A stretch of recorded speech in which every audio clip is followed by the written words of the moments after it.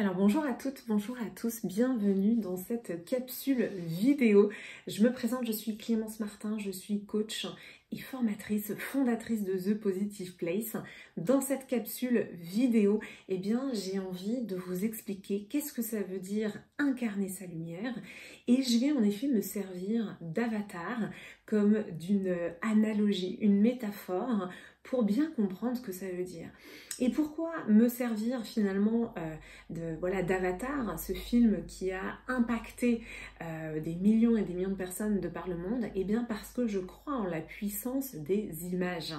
J'ai moi-même travaillé pendant 12 ans dans les médias, dans des médias audiovisuels, et je me suis énormément intéressée à l'impact des images sur notre cerveau, l'impact positif comme l'impact négatif.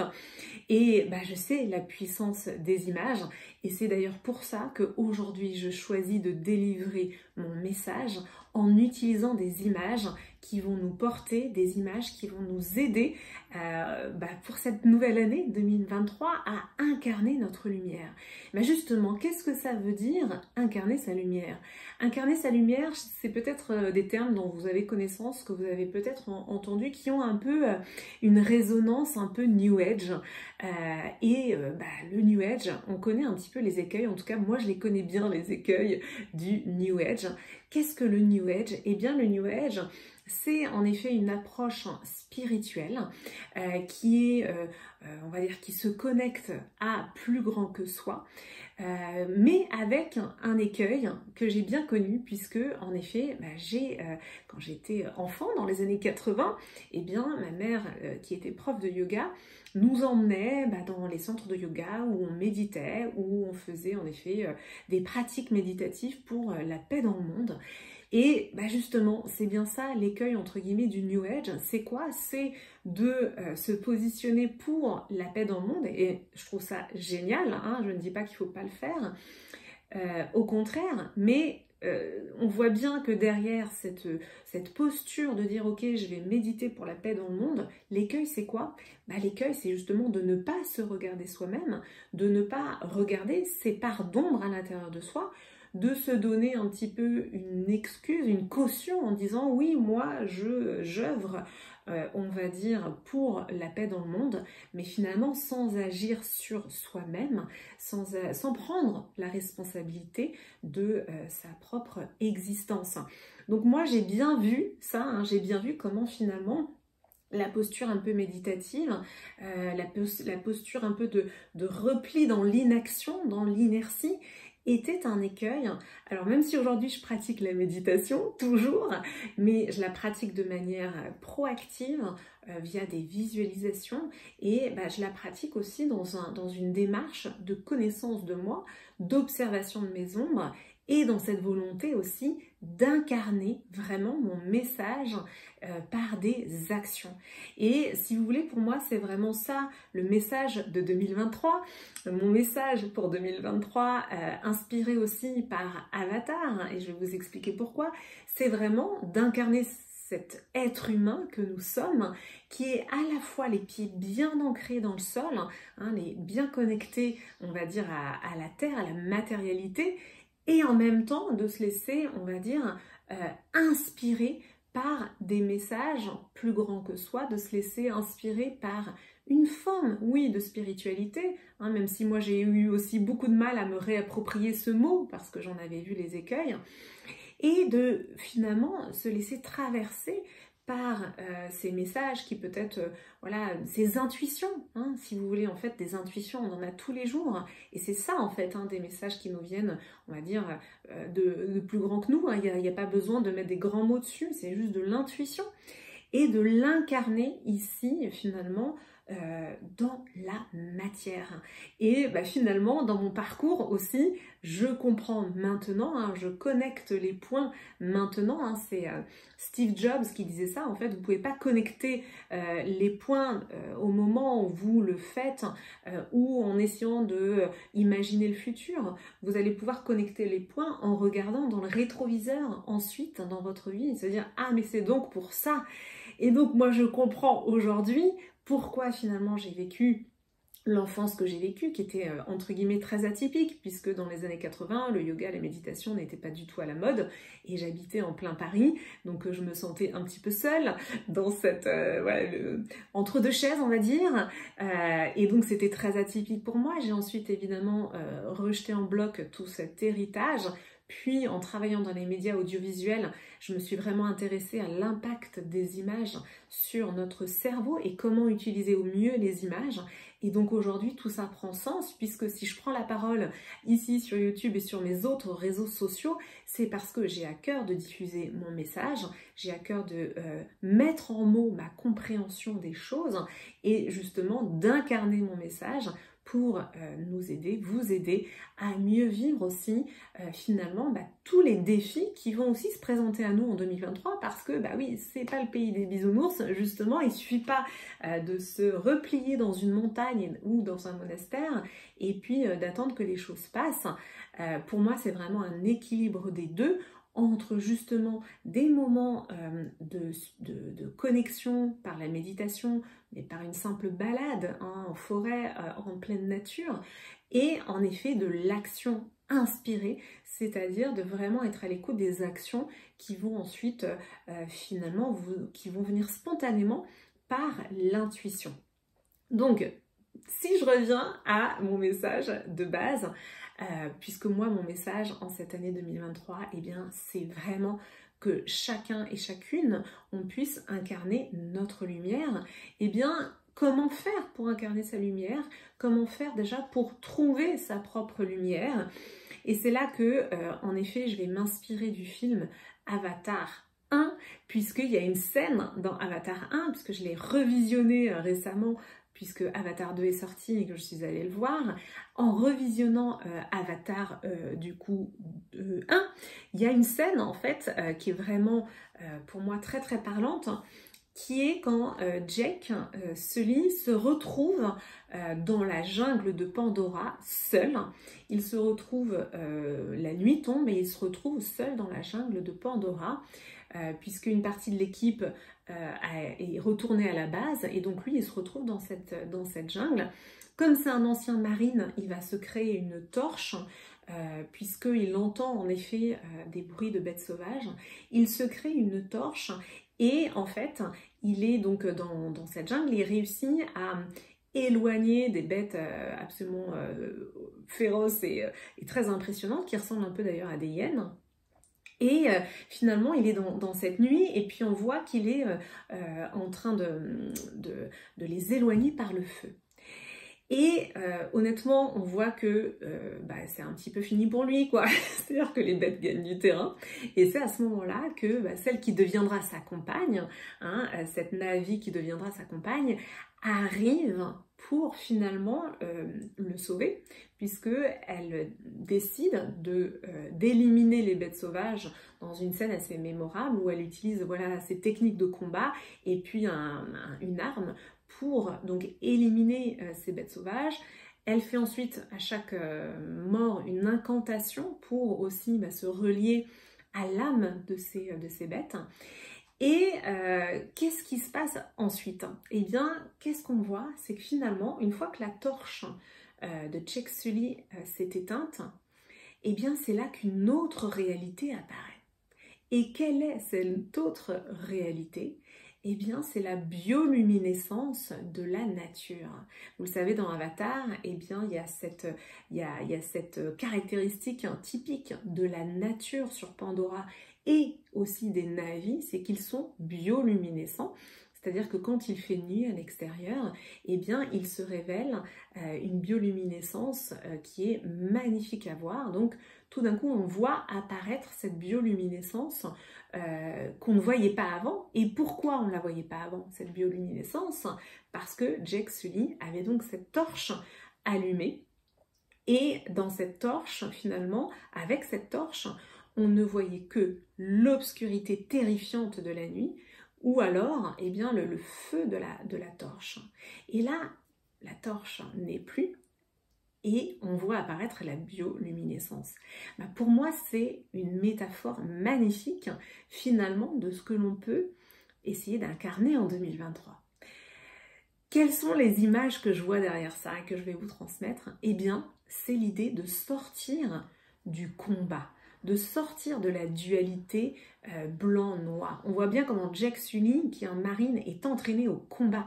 Il est entraîné à voir les choses de manière binaire. Il est entraîné à, en effet, ne pas voir la subtilité. Il est dans le combat, il est dans le binaire, il est dans l'obscurité la plus totale ou la lumière de la torche, mais une lumière qui vient juste mettre en lumière finalement la dualité. Et quand on lâche cette dualité, quand la torche de Jack Sully s'éteint et que la Na'vi qui deviendra donc sa compagne apparaît, et bien là, finalement la bioluminescence apparaît, cette richesse incroyable des couleurs. Hein, c'est ce qui a fait aussi le succès de ce film, c'est que au niveau visuel, c'est juste incroyable. La richesse, la bioluminescence apparaît dans toute sa granularité, dans toute sa diversité, dans toute sa profondeur. Et l'image, en fait, pour moi, derrière, c'est que nous sommes toutes et tous des êtres bioluminescents avec des couleurs différentes, une granularité différente, des choses à exprimer différentes. Et comment les exprimer? Parce qu'au final, qu'est-ce qui se passe? C'est qu'on ne le voit même pas pour soi. C'est bien le problème. C'est qu'on est souvent les plus mal placés soi-même pour voir notre propre bioluminescence. On ne la voit pas en soi. Potentiellement, on peut la voir chez les autres, mais on ne la voit pas en soi. Comment faire pour prendre conscience de sa bioluminescence? Bah déjà, en effet, ce que l'on voit chez les autres n'est qu'un miroir de ce que l'on a en soi, même en tout petit, hein, mais c'est ce qu'on a en soi et qui a besoin, qui a envie d'être finalement amplifié. Donc, ce que vous voyez chez les autres, pardon, quand vous admirez quelqu'un, quand vous peut-être jalousez quelqu'un, c'est une indication de ce que vous avez besoin d'amplifier en vous. Et donc, comment prendre conscience de cette bioluminescence? C'est en observant déjà ce qui nous attire, ce qu'on admire ou ce que l'on jalouse, et de comprendre que ce n'est qu'un miroir. Excusez-moi, j'ai un chat dans la gorge. Que ce n'est qu'un miroir de ce que l'on a, de ce que vous avez en vous. Donc ça, c'est une première chose, un premier exercice que vous pouvez faire entre vous et vous. Et d'autre part, l'autre chose que vous pouvez faire, c'est aussi tout simplement interroger des amis autour de vous pour leur demander quelles sont vos principales qualités. Ça peut être un super exercice à faire dans une soirée entre amis et de vraiment se dire ok, je vais te faire un feedback sur ce que je vois en toi, quelles sont tes forces, quelle est ta zone de génie, quelles sont tes qualités. Et de le prendre au sérieux, de prendre au sérieux ces feedbacks. Ça veut dire quoi? Ça veut dire de les noter et ensuite d'avoir une action volontaire pour l'amplifier dans sa vie. Parce que c'est ça, comment on incarne sa lumière. Il ne suffit pas de dire « Oh moi j'ai telle ou telle qualité, puis hop, je m'arrête là ». Non, ça veut dire chaque jour, je me pose la question « Comment je fais pour amplifier cette lumière ?» On m'a dit que j'avais ça comme qualité, ou alors je prends conscience que j'ai besoin d'exprimer ça. Comment je fais un peu plus chaque jour pour l'exprimer de plus en plus, et donc en amplifiant ma lumière, en amplifiant mon rayonnement de manière volontaire, je contribue autour de moi. Mais ça demande du courage, ça demande de l'énergie, ça demande de modifier aussi ses comportements, parce que tout ça est comportemental. Or, on sait bien que le comportement, c'est ce qu'il y a de plus dur à changer. Si vous avez l'habitude de vous réveiller le matin en prenant un petit déj, si vous vous mettez au jeûne intermittent, ce qui est mon cas, je vais vous raconter, ça va être déstabilisant au début. Donc moi, en effet, j'ai compris les vertus du jeûne intermittent, c'est-à-dire le fait de laisser passer environ 14 heures entre deux repas. Donc le plus simple dans le jeûne intermittent, c'est de sauter le petit-déj. Or, pour moi, le petit-déj, ça a toujours été un repas extrêmement important. Donc le jour où j'ai décidé d'implémenter ce nouveau comportement, ça m'a déstabilisée. Parce qu'en plus, on nous a toujours dit que c'était super bien de prendre un petit-déj, qu'il fallait manger le matin. Or, qu'est-ce qui se passe? J'ai pu voir, donc en effet, la première fois, c'est déstabilisant. Je me suis dit, mais comment je vais faire pour tenir toute la matinée? Mais je l'ai testé une fois, deux fois, trois fois, et j'ai vu les bénéfices sur le long terme, parce que déjà la phase de digestion a tendance à nous endormir, donc le matin, en fait, moi qui avais déjà du mal à émerger le matin, ça me ralentissait encore plus, donc j'ai beaucoup plus d'énergie, et on sait que de jeûner, en fait, ça permet aux cellules de se régénérer. Et donc aussi d'éviter les erreurs de copie, de cellules. C'est-à-dire que les cellules, elles sont en permanence en train de se reproduire, de se démultiplier. Et le jeûne aide à faire en sorte que les cellules se démultiplient sans erreur. Il faut savoir que le cancer, qu'est-ce que c'est? C'est justement une erreur, entre guillemets, de copie de cellules. C'est la machine qui s'enraye, en fait.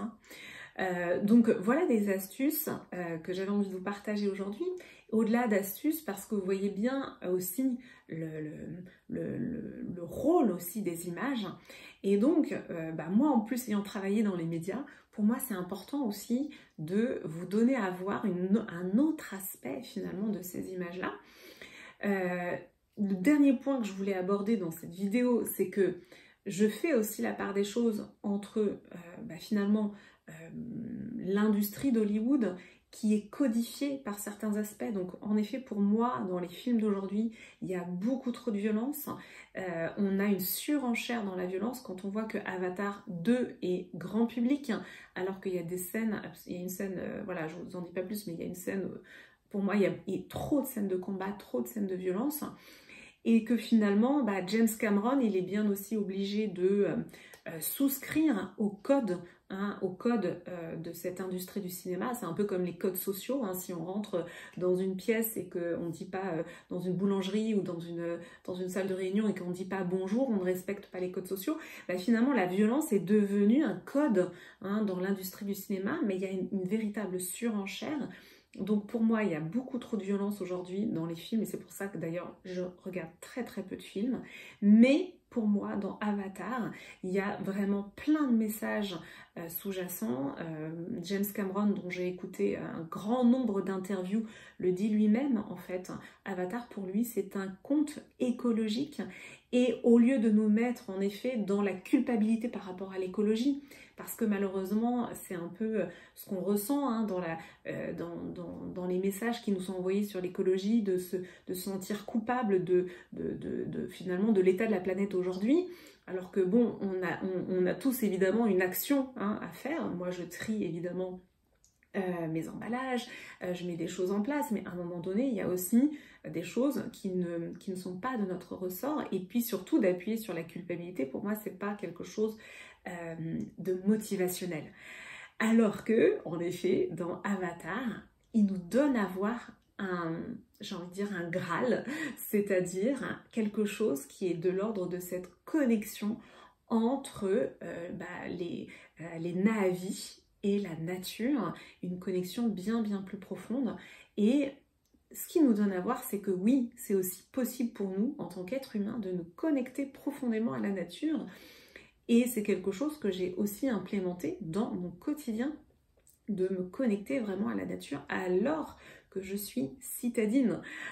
Et donc vous voyez que j'utilise les images parce que vous voyez derrière moi que j'ai notamment reproduit l'arbre des âmes, avec l'arbre qui en effet accueille Eywa, qui est la source dans Pandora, sur Pandora. Et donc j'utilise les images aussi pour me reconnecter à cette nature. Donc c'est vraiment ce va-et-vient entre quelque chose qui est un petit peu conceptuel, qui pourrait rester un petit peu là au niveau du mental, mais qu'on va faire redescendre aussi dans la matière.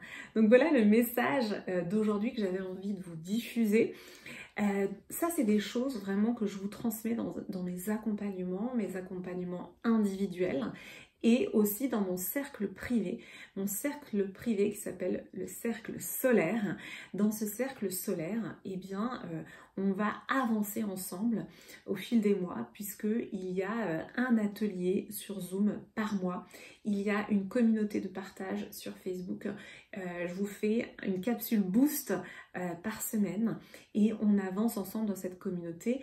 Je réponds aussi à vos questions et on avance vers quoi? Eh bien, on avance justement vers incarner sa lumière de manière précise. Qu'est-ce que ça veut dire pour soi individuellement? Comment je vais pouvoir incarner ma lumière, prendre conscience de ma bioluminescence et en effet contribuer, c'est-à-dire la diffuser autour de moi, que ce soit dans ma vie professionnelle ou dans ma vie personnelle. J'ai évidemment beaucoup d'entrepreneurs que j'accompagne parce que qu'on soit entrepreneur ou pas, c'est en tout cas cette volonté d'incarner son message et de concrétiser, de se créer une vie sur mesure, un futur désirable, c'est-à-dire un futur qui nous ressemble, car oui, tout est possible. Par contre, ça demande quoi? Ça demande déjà de rêver suffisamment grand, de matérialiser par des actions concrètes et d'être autodiscipliné. Ça, c'est vraiment 3 clés extrêmement importantes que je vous partage ici et que vous pouvez venir incarner avec moi dans mon cercle privé.